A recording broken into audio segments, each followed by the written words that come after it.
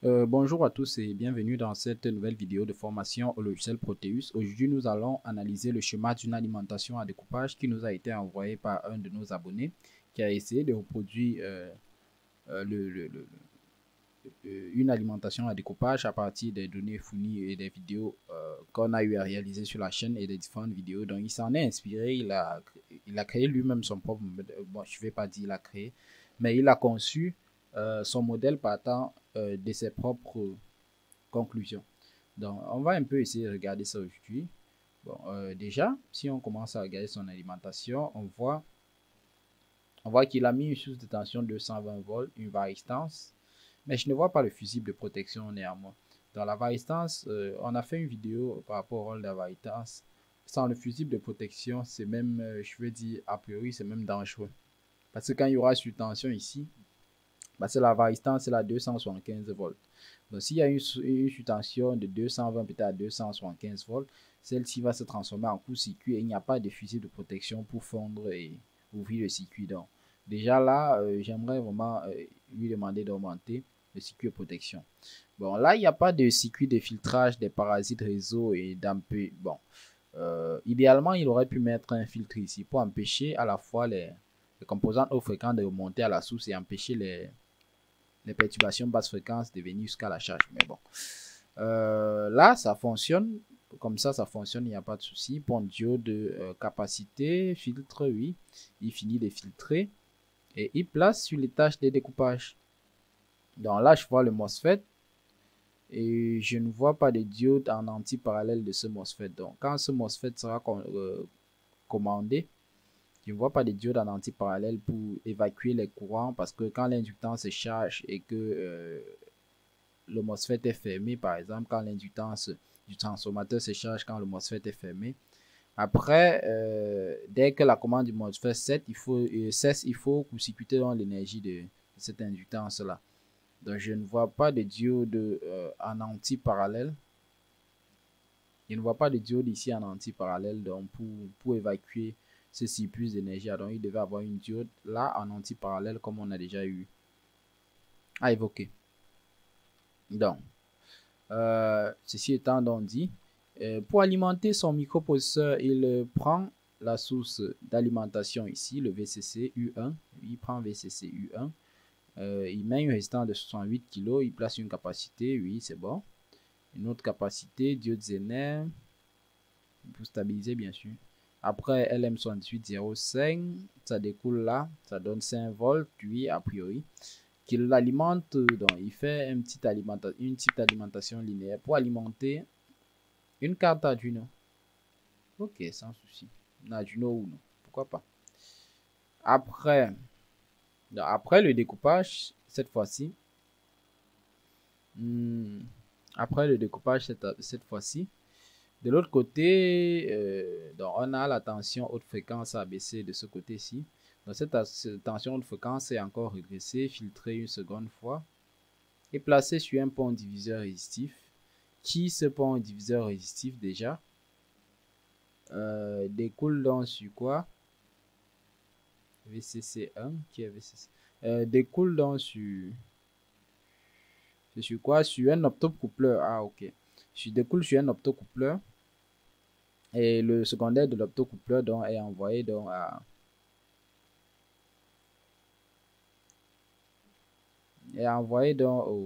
la carte Arduino. Je vois NOU, VCC1, VC1. Donc est envoyé donc à la carte Arduino donc pour effectuer des analyses. Donc son alimentation a donc une boucle de contre-réaction qui est cet optocoupleur-ci. Donc après je vois aussi qu'il a placé un écran, bon plusieurs, peut-être un seul. Bon je vais enlever ça. Donc un écran, je vois qu'il a placé un écran peut-être pour la visualisation, mais on va voir ça. Après je vois aussi un terminal virtuel pour visualiser les données de la compilation. Donc on va jeter un petit coup d'œil au code rapidement avant de lancer la simulation de son fonctionnement. Donc, donc, on va ouvrir son code dans le chat Arduino, bien sûr. Donc, Arduino, le voici. Donc, son code, il inclut la bibliothèque de LCD, déclare les variables. Je vois, ah, c'est une régulation par gamme proportionnelle, intégrale et dérivée. Ah, ok. Il a fait une régulation proportionnelle, intégrale et dérivée donc, sur cette alimentation à découpage. Donc, il inclut les valeurs ici. Bon, essayons de regarder la loupe. Donc, il dit l'ajustement, c'est le facteur de proportionnalité multiplié par l'erreur, multiplié par le gain intégral, par le gain dérivé, fois la dérivation. Donc, là maintenant, il dit float input voltage. Donc j'ai, sans avoir trop analysé le code, je ne veux pas que la vidéo dure aussi. Donc, je constate donc qu'il a effectué une régulation en mode proportionnel intégral dérivé. Donc, c'est un asservissement.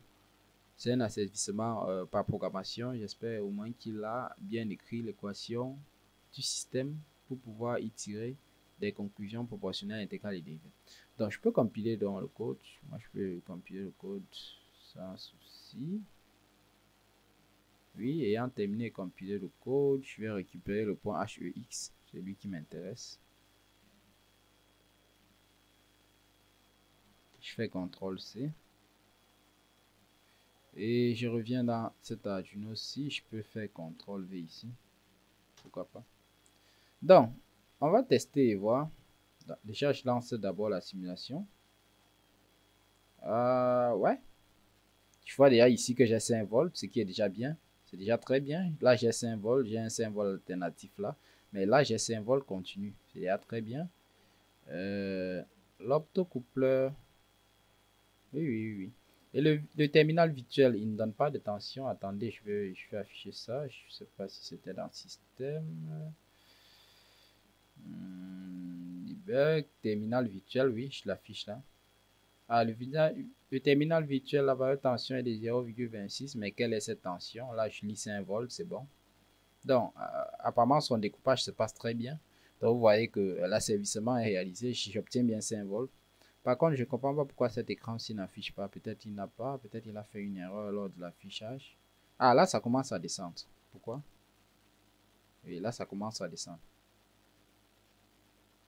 Là, ça commence à descendre. Ça descend. Ah, pourtant, ça en descendait pas au début. Attendez, on va regarder. Donc là, on a 5 volts. Donc, son asservissement, je sais pas comment son code est. Son asservissement a un souci sur... Attendez. Je regarde.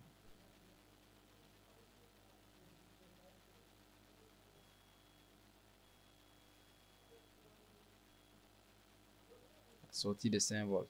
Donc, il faudra qu'il nous explique. Bon, je vais lui écrire.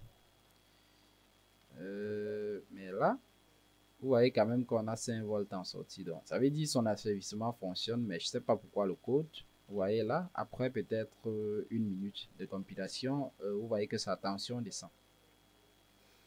Donc, vu que c'est lui qui a écrit le code, à moins d'avoir vraiment beaucoup de temps pour s'asseoir et regarder quel est le souci dans son code.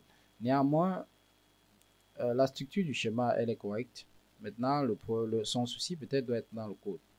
Donc, une fois de plus, vous voyez qu'avec un peu de pratique, voilà un peu ce que vous pourrez faire à terme. Donc, avec juste un peu de pratique et un peu de documentation, vous voyez déjà ce qu'un abonné déterminé a pu m'envoyer comme alimentation à découpage. Il a réalisé son asservissement.